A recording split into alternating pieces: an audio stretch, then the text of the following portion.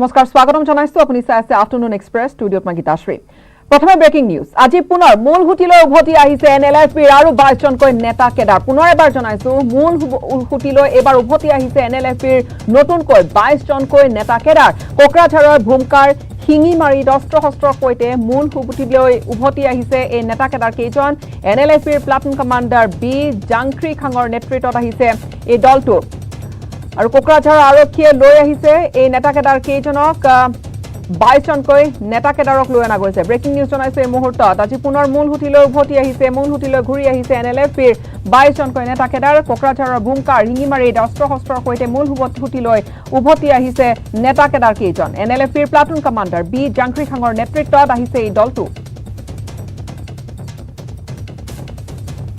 আলোচনা কৰিবলৈ আহিছোঁ আমি ভাবোঁ যে গোটাইখিনি প্ৰক্ৰিয়াটো শেষ কৰি আমি ভাল এটা আলোচনাৰ দিশে আগবাঢ়ি যাম যিমানখিনি আছে সিমানখিনি আহিব জাংখ্ৰী ঠাই তেখেতে আহিব মূল দাবী এতিয়ালৈকে আমি চাৰ্টাৰত যিমান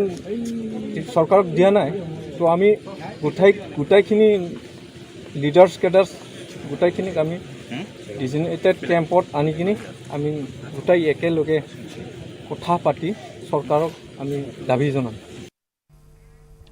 ৰাইজৰ দলৰ সভাপতি তথা বিধায়ক অখিল গগৈৰ বিৰুদ্ধে গুৰুতৰ অভিযোগ উত্থাপন কৰিছে ঢিঙৰ এআইইউডিএফৰ বিধায়ক আমিনুল ইছলামে ৰাইজৰ দল গঠনৰ সময়ত এআইইউডিএফৰ পৰা প্ৰকাৰান্তৰে 10 কোটি টকা বিচৰাৰ অভিযোগ উত্থাপন কৰিছে এআইইউডিএফৰ জ্যেষ্ঠ বিধায়কজনে এনআইএৰ গোচৰত বন্দী হৈ জিএমচিএইচৰ কেবিনেট থকা সময়ছোৱা দল গঠনৰ বাবে অখিল গগৈয়ে 10 কোটি টকাৰ প্ৰয়োজনৰ কথা কৈছিল এআইইউডিএফৰ প্ৰতিনিধিক আৰু সেই 10 কোটি টকা নোপোৱাৰ বাবে মহাজোঁটৰ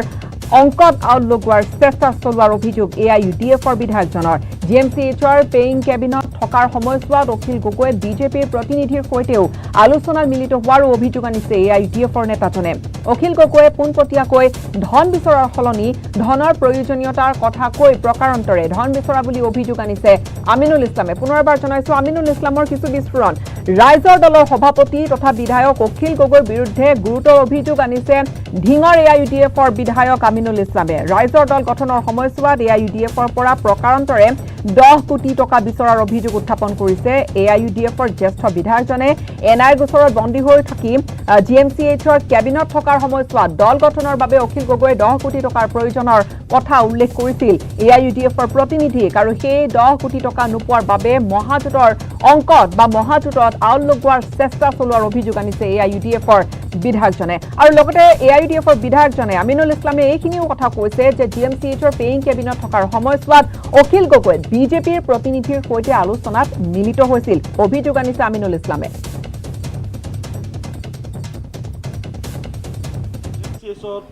আহিলে তাত পেইং কেবিনেট থাকিলে তেতিয়াও মই ওলাই আহি পেলাই আমাৰ দলৰ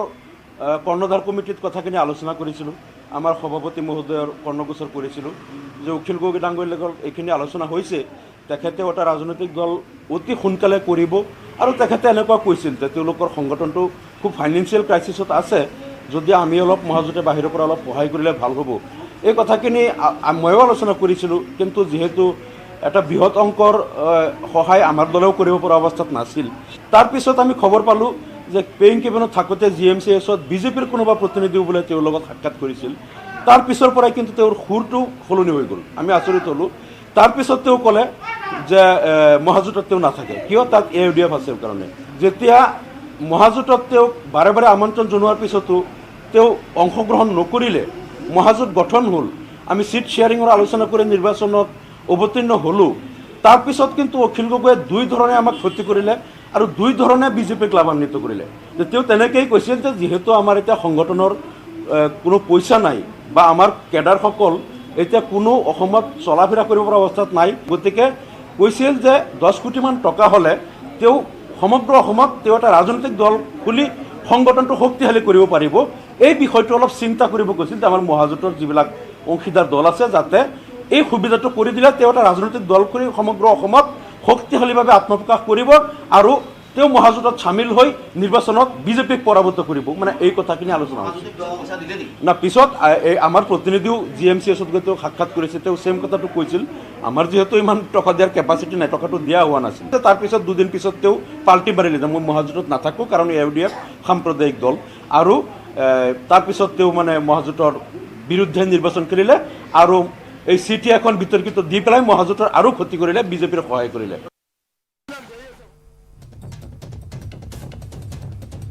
বিধায়ক আমিনুল ইছলামৰ অভিযোগ নচ্ছাত কৰিছে আনহাতে ৰাইজৰ দলৰ সভাপতি তথা বিধায়ক অখিল গগৈয়ে ডিব্ৰুগড়ত আদালতত হাজিৰ হোৱাৰ সময়ত সংবাদ মাধ্যমৰ আগত নিজৰ প্ৰতিক্ৰিয়া ব্যক্ত কৰিলে বিধায়ক অখিল গগৈয়ে কি ক'লে অখিল গগৈয়ে কি প্ৰতিক্ৰিয়া এবাৰ শুনক AIDFৰ আমিনুল ইছলামৰ কথা কৈছে AIDFৰ এইটো ফাকলাণ্ডো আপুনি যিজন মানুহৰ নাম কৈছে এইজন মানুহৰ নাম কৈ মোক আচলতে প্ৰশ্ন সোধাটোৱে মই ভাবোঁ যে এটা মানে কি যিকোনো ৰাজহুৱা জীৱনত সততাত থকা মানুহ এজনৰ কাৰণে অপমান ফাকলাণ্ডো মানুহ একদম মানে অদৰকাৰী এজন কমিউনেল মানুহ এজন আমিনুল ইছলাম বুলি যিজন মানুহৰ নাম কৈছে মই ভাবোঁ যে তেওঁ এজন আউট এজন সাম্প্ৰদায়িক মানুহ এজন আৰু তেওঁৰ বিষয়ে মই কিবা কথা ক'ব লাগিব বুলি মই নাভাবোঁ UDF যেতিয়ালৈকে মহাজোঁটৰ পৰা আঁতৰি নাযায় তেতিয়ালৈকে ৰাইজৰ দলে কেতিয়াও মহাজোঁটত অংশগ্ৰহণ নকৰে আমাৰ কথাটো খুব স্পষ্ট যে AIUDF এটা সম্পূৰ্ণৰূপে সাম্প্ৰদায়িক দল বিজেপি যেনেকৈ সাম্প্ৰদায়িক দল ঠিক তেনেকুৱা এটা সাম্প্ৰদায়িক দল হ'ল AIUDF আৰু সেইকাৰণে AIDF যদি থাকে তেতিয়াহ'লে আমি তেনেকুৱা কোনো মহাজোঁটত তেনেকুৱা কোনো এনেকুৱা ঐক্যবদ্ধ কোনো গ্ৰুপত আমি যুক্ত হ'ব নোৱাৰোঁ AIDFক যেতিয়া বিদায় দিব তেতিয়া আমি থাকিম কিন্তু উপনিৰ্বাচনৰ ক্ষেত্ৰত যদি কংগ্ৰেছে AIDFক বিদায়ো নিদিয়ে তথাপি কংগ্ৰেছে যদি 1-to-1 আমাৰ লগত কথা পাতিব খোজে যে কংগ্ৰেছ দল আৰু আমাৰ মাজত বুজাবুজি হ'ব পাৰে কংগ্ৰেছ দল আৰু আমাৰ মাজত কথা পাতিব খোজে তেতিয়াহ'লে সমষ্টিভিত্তিক আৰু নিৰ্দিষ্ট ইলেকশ্যন ভিত্তিক আমাৰ মাজত আৰু এই ধৰণে যথেষ্ট ক্ৰিয়া প্ৰতিক্ৰিয়া দেখা গৈছে আজিৰ দিনটোত পৰৱৰ্তী খবৰলৈ আগবাঢ়িম নাৰেংগীস্থিত ভাৰতীয় সেনা শিবিৰত 51 নম্বৰ সাব এৰিয়াত বিজয় মাছালৰ আদৰণি অনুষ্ঠানৰ এই মুহূৰ্তত দৃশ্য দেখুৱাইছে আয়োজন কৰা হৈছে বিশাল কিছু আয়োজন 1971 চনত ভাৰত পাকিস্তান যুদ্ধত ভাৰতীয় সেনাই পাকিস্তানৰ সেনাক পৰাজিত কৰি বিজয় লাভ কৰে আৰু চলিত বৰ্ষত সেই জয়ে সোণালী জয়ন্তী বৰ্ষত ভৰি দিছে পাকিস্তানৰ বিৰুদ্ধে ভাৰতৰ জয়ে সোণালী বৰ্ষত ভৰি দিয়া উপলক্ষে নাৰেংগী সেনা শিবিৰস্থিত আৰ্মি স্কুলৰ প্ৰেক্ষাগৃহত বিজয় উৎসৱৰ আয়োজন কৰা হৈছে অনুষ্ঠানৰ আৰম্ভণিতে বিজয় মাছাল গ্ৰহণ কৰে 222 ABOD কমাণ্ডেণ্ট কুণাল ভটনাগৰে অনুষ্ঠানত অসম চৰকাৰৰ মুখ্য সচিব বিষ্ণু বৰুৱা মুখ্য অতিথি হিচাপে উপস্থিত থাকে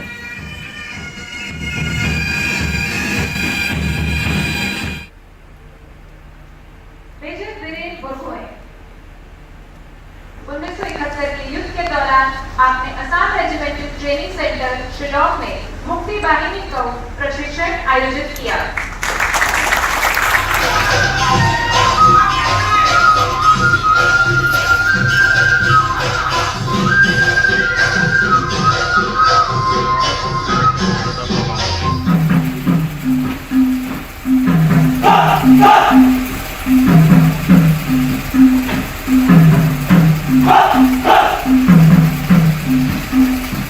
विजय मशाल का स्वागत असम और पश्चिम बंगाल के सीमा पर स्थित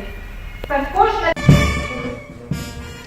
শক্তি বিভাগৰ কনিষ্ঠ অভিযন্তা সহ 7 গৰাকীকৈ কৰ্মচাৰীক চাকৰিৰ পৰা নিলম্বন কৰা হৈছে আৰক্ষী থানাত জামিনবিহীন গোচৰ ৰুজু কৰা হৈছে ৰঙিয়া সহকাৰী মহাপ্ৰবন্ধক দিগন্ত ডেকাই এজাহাৰ দাখিল কৰিছে আটাইকেইজনৰ বিৰুদ্ধে বিভাগীয়ভাৱে তদন্ত আৰম্ভ কৰি তৎকালীনভাৱে নিলম্বন কৰা হৈছে শক্তি বিভাগৰ পৰা এগৰাকী কৰ্মচাৰীয়ে প্ৰায় 4 লাখ টকাৰ পৰা 11 লাখ টকাৰ চিকিৎসাৰ নামত ভুৱা মেডিক্লেইম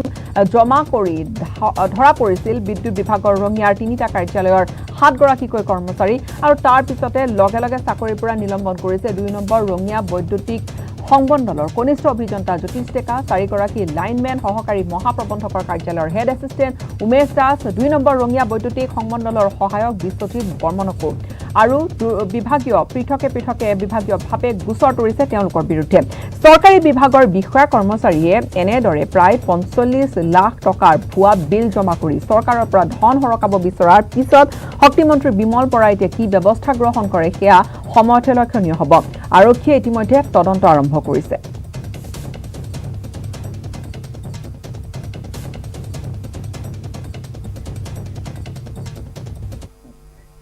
সময়খিনিতে এটা স্তম্ভ বাণিজ্যিক বিৰতিৰ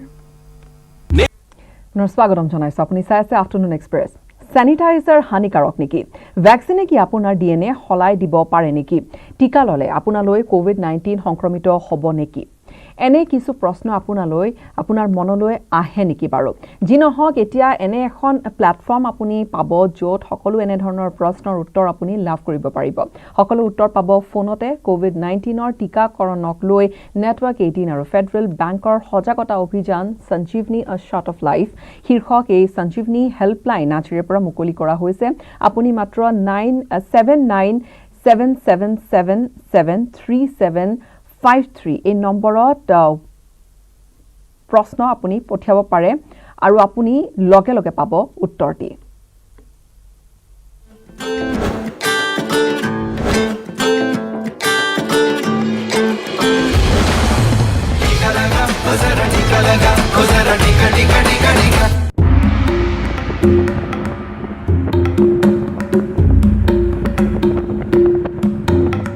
Meet Sona Yadav, the sole Anganwadi worker in Rajpura. Sona says when the pandemic struck, people were so scared they would just disappear. भाग क्यों जाते थे लेकिन? डर लगता था उनको कि कोरोना निकाल देंगे तो हमको हॉस्पिटल में भर्ती कर देंगे और वहाँ से हमारी डेड बॉडी आएगी कि नहीं आएगी वहीं मर जाएंगे उनको ऐसा भ्रम था And the misconceptions still continue. क्या वजह क्या आप लगाना नहीं चाहते हैं? क्या होता है डर है आपको किस चीज का क्या वजह क्या है? नहीं हूँ वहाँ से छुट्टी लिखाई लेंगे डॉक्टर साहब से मगर बहुत बिल्ड प्रेशर है ये सही कह रहे हैं कि ये नहीं कुछ नहीं है इनको ये लगवाना है कि इच्छुक ही नहीं तो इसलिए हम चाहते हैं कि आप ये बोल दो ना आप लगवाना वो आपके है आपसे कोई किसी तरह की कोई जबरदस्ती बिल्कुल नहीं करेगा Sona and the Sanjeevani team then explained to them the importance and benefits of vaccination. In just minutes, the collective effort enough to convince him. तो आप लगवाएंगे अभी? हाँ लगाऊँ पक्का? पक्का But Sona Yadav faced other hurdles too. गाली गलौज भी देते थे अब यहाँ पर तो क्या टीम लगा कर चल जाती हमारा घर तो यहीं पर ही है तो लोग हमको तो रात में पी कर आते थे कि क्यों लगवाए मेरी मिसेस को क्यों लगाए उसको बुखार चढ़ी चलो तुम काम करने Yes, indeed, her efforts have paid off. More than half of Rajpura now vaccinated. And the credit goes to Sona Yadav, an exemplary Anganwadi worker and a Sanjeevani champion.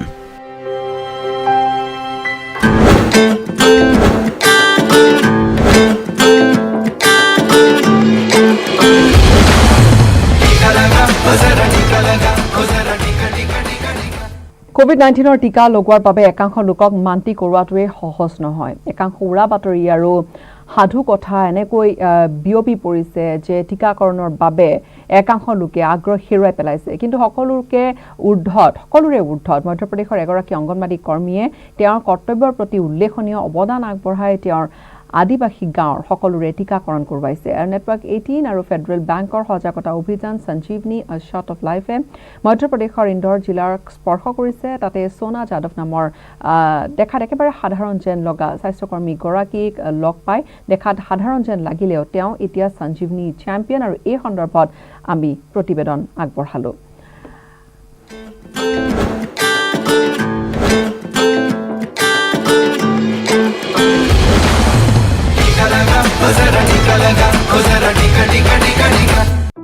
ज्यादातर उनके मन में ये डर है कि टीका लगवाने के 2 महीने के बाद हम मर जाएंगे और ये सरकार की चाल है पॉपुलेशन कम करने के लिए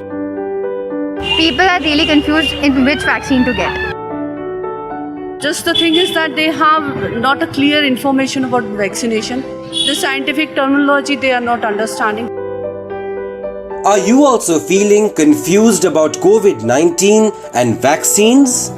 Not getting the right information that's easy to understand? Well, now you have by your side the Sanjeevani Helpline,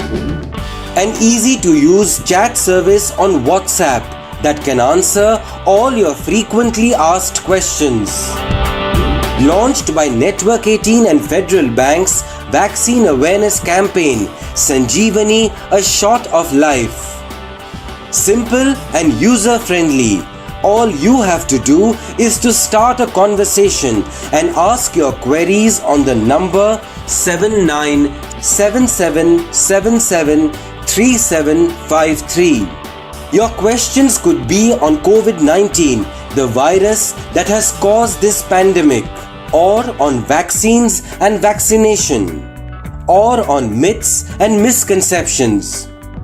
And you can also watch India's most renowned health experts answer your questions. The vaccine will definitely give you some element of protection, often very high amounts of protection, and it's important to take the vaccine after the COVID infection. Vaccination sites are still only meeting only about 30% of their capacity. There is still a large capacity available, and people are still not coming. So we need to reach out to people, get them vaccinated as early as possible. Authentic,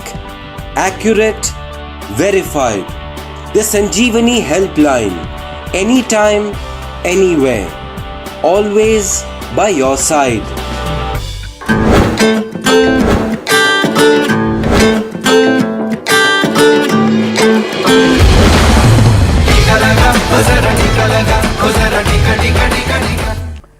আৰু corona ভাইৰাছৰ সংক্ৰমণ ৰোধ কৰিবলৈ দেশজুৰি বৃহৎ পৰ্যায়ৰ টিকাকৰণ অভিযান চলি আছে, কিন্তু ইছলাম ধৰ্মীয় লোকসকলৰ একাংশ লোকে এতিয়া উৰা বাতৰিৰ কবলত পৰি টিকাকৰণৰ পৰা যেন আঁতৰি ফুৰিছে। এনে ভ্ৰান্ত ধাৰণাৰ কবলত থকা লোকক বুজাবলৈ সন্ত হজৰত খোৱাজা মইনুদ্দিন হাছান চিস্তিৰ বৰ্তমানৰ দিৱান ছৈয়দ জয়নুল আবেদিন আলী খানে টিকা ল'বলৈ সকলোকে আহ্বান জনাইছে।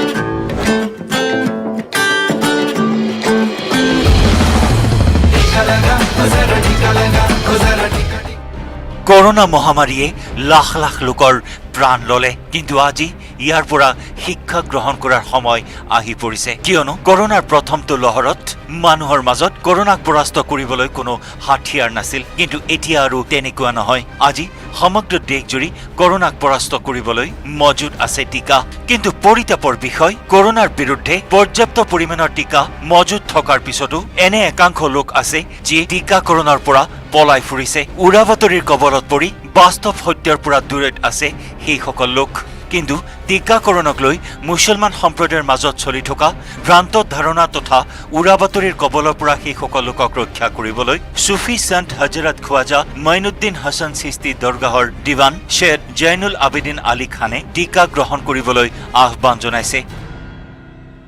वैक्सीनेशन की मेरी दूसरी डोज लगी है और मैं तमाम गरीब नवाज रहमतुल्लाह के चाहने वालों से ये अपील करता हूँ कि इस वैक्सीनेशन के प्रोग्राम को ज़्यादा से ज़्यादा कामयाब बनाने में अपना सहयोग देकर गवर्नमेंट के इस प्रोग्राम को जो है कामयाब बनाने में अपना ताउन देकर के खुशनुदी हासिल करें। সাধাৰণ পৰ্যায়ত দৰগাহ দিৱানেও এই কথা বুজি উঠিছে যে উৰা বাতৰিৰ কবলত পৰি চৰকাৰৰ দ্বাৰা আৰম্ভ কৰা এই টিকাকৰণ অভিযানৰ পাছতো একাংশ লোকে টিকাকৰণৰ পৰা হাত সাৰিবলৈ বিভিন্ন অজুহাত দেখুৱাই নিজৰ লগতে আপোনজনৰ প্ৰাণৰ প্ৰতিও ভাবুকি মাতিছে, যিয়ে নেকি বাস্তৱ সত্য এয়াই যে কৰোনাৰ পৰা হাত সাৰিবলৈ সৰ্বোত্তম উপায় হৈছে টিকাকৰণ। পুনৰবাৰ শুনক টিকাকৰণক লৈ কি কৈছে দৰগাহৰ দিৱান চাহাবে। वैक्सीनेशन की मेरी दूसरी डोज लगी है और मैं तमाम गरीब नवाज रहमतुल्लाह के चाहने वालों से ये अपील करता हूँ कि इस वैक्सीनेशन के प्रोग्राम को ज़्यादा से ज़्यादा कामयाब बनाने में अपना सहयोग देकर गवर्नमेंट के इस प्रोग्राम को जो है कामयाब बनाने में अपना ताउन देकर के खुशनुदी हासिल करें। কৰোনা মহামাৰীৰ এই জটিল সময়ত মানুহে নিজৰ জীৱন, নিজৰ সভ্যতা তথা সংস্কৃতিক ৰক্ষা কৰিবলৈ বৃহৎ প্ৰত্যাহ্বানৰ সন্মুখীন হৈছে। এনে এক সন্ধিক্ষণত আপুনি বিশ্বাস কৰক, টিকাকৰণেই হ'ল একমাত্ৰ মাধ্যম যি কৰোনাৰ বিৰুদ্ধে এই যুঁজখনত মানুহক বিজয়ৰ সোৱাদ দিব পাৰে। আশা কৰা হৈছে মুছলমান সম্প্ৰদায়ৰ লোকসকলেও এই সত্যটো সোনকালে বুজি উঠিব আৰু নিজৰ নিজৰ সহযোগিতা আগবঢ়াব। Bureau report, news 18 network.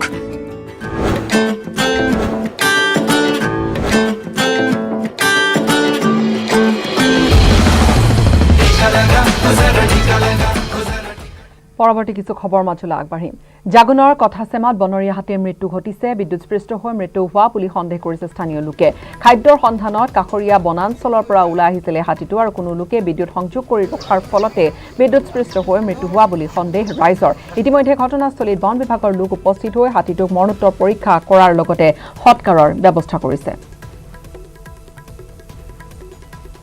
এটা প্ৰকাণ্ড মাছক লৈ হেতা ওপৰা ৰাইজৰ। বকলীয়া ঘাটৰ যমুনা নদীত উদ্ধাৰ কৰা হৈছে 20 কিলো ওজনৰ এই মাছটো। স্থানীয় এজন লোকে নদীত মাছ মাৰিবলৈ যাওঁতে উদ্ধাৰ কৰিলে প্ৰকাণ্ড মাছটো আৰু 20 কিলো ওজনৰ প্ৰকাণ্ড মাছটো স্বচক্ষে প্ৰত্যক্ষ কৰিবলৈ কৌতূহলী ৰাইজৰ দেখা গ'ল ভিৰ লোকজনৰ ঘৰত। আনকি মাছটোৰ সৈতে একপি ফটো উঠাৰ লোভ কোনো সামৰিব নোৱাৰিলে বহুজনে। হোজাই জিলাৰ লামডিঙত চুৰি বাইকসহ 3টাকৈ চোৰক গ্ৰেপ্তাৰ কৰিছে আৰক্ষীয়ে। আৰক্ষীয়ে গ্ৰেপ্তাৰ কৰা বাইক চোৰ 3টা হৈছে কলকাতাৰ জিৎ চক্ৰৱৰ্তী, লামডিঙৰ কৃষ্ণা দাস আৰু ৰাজীৱ দাস। চোৰকেইটাৰ জিমাৰ পৰা উদ্ধাৰ কৰিছে এখন চুৰি এপাছে বাইক। 26 জুলাইত লামডিঙৰ অফিচাৰ্ছ কলনীৰ পৰা চুৰি কৰা হৈছিল এই বাইকখন আৰু সম্প্ৰতি লামডিং আৰক্ষীৰ জিম্মাত থকা ধৃত 3টা চোৰক আৰক্ষীয়ে অব্যাহত ৰাখিছে সোধা পোছা। ভোট বাংলাত পৰিণত হৈছে বাক্সাৰ বন বিভাগৰ উত্তৰকুচি বিট কাৰ্যালয়টো। 11 বছৰে পৰিত্যক্ত হৈ পৰি আছে কাৰ্যালয়টো। সংৰক্ষিত বনাঞ্চলখনৰ গছ-গছনি তথা বন্যপ্ৰাণী সুৰক্ষাৰ বাবে কাৰ্যালয়টোত বন বিভাগৰ কৰ্মচাৰীও আছিল, কিন্তু সময়ৰ লগে লগে কাৰ্যালয়টোত বন বিভাগৰ লোক নহাত কাৰ্যালয়টো জহি খহি যাবলৈ ধৰিছে। জহি খহি গৈছে দৰ্জা খিৰিকীবোৰ আৰু ফলত 11 বছৰে পৰিত্যক্ত হৈ থকা কাৰ্যালয়টো পৰ্যবেক্ষিত হৈছে ভোট বাংলালৈ।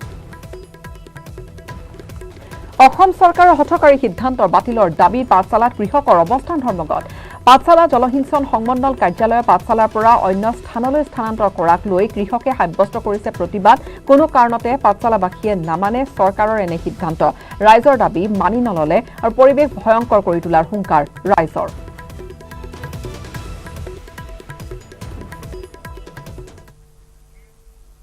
সমাগত স্বাধীনতা দিৱসৰ প্ৰতি লক্ষ্য ৰাখি বৃদ্ধি পাইছে জাতীয় পতাকাৰ চাহিদা। বঙাইগাঁৱৰ খাদী ইণ্ডিয়াত বিক্ৰী কেন্দ্ৰত তিৰংগাৰে ভৰি পৰিছে চৌদিশ আৰু দিনে নিশাই তিৰংগা প্ৰস্তুত কৰাত ব্যস্ত হৈ আছে এতিয়া কৰ্মচাৰীসকল। অসম খাদী আৰু গ্ৰাম্য উদ্যোগ বৰ্ডৰ এই কেন্দ্ৰটোৰ পৰা চৰকাৰী আৰু বেচৰকাৰী প্ৰতিষ্ঠানৰ লগতে বিভিন্নজন ব্যক্তিয়ে ৰাষ্ট্ৰীয় পতাকা ক্ৰয় কৰি নিয়ে। বিপণীখনত 70 টকাৰ পৰা আৰম্ভ কৰি 80 টকাৰ ভিতৰত বিভিন্ন দৈৰ্ঘ্যৰ পতাকা পোৱা যায়। বিপণীখনৰ পৰা বঙাইগাঁৱৰ লগতে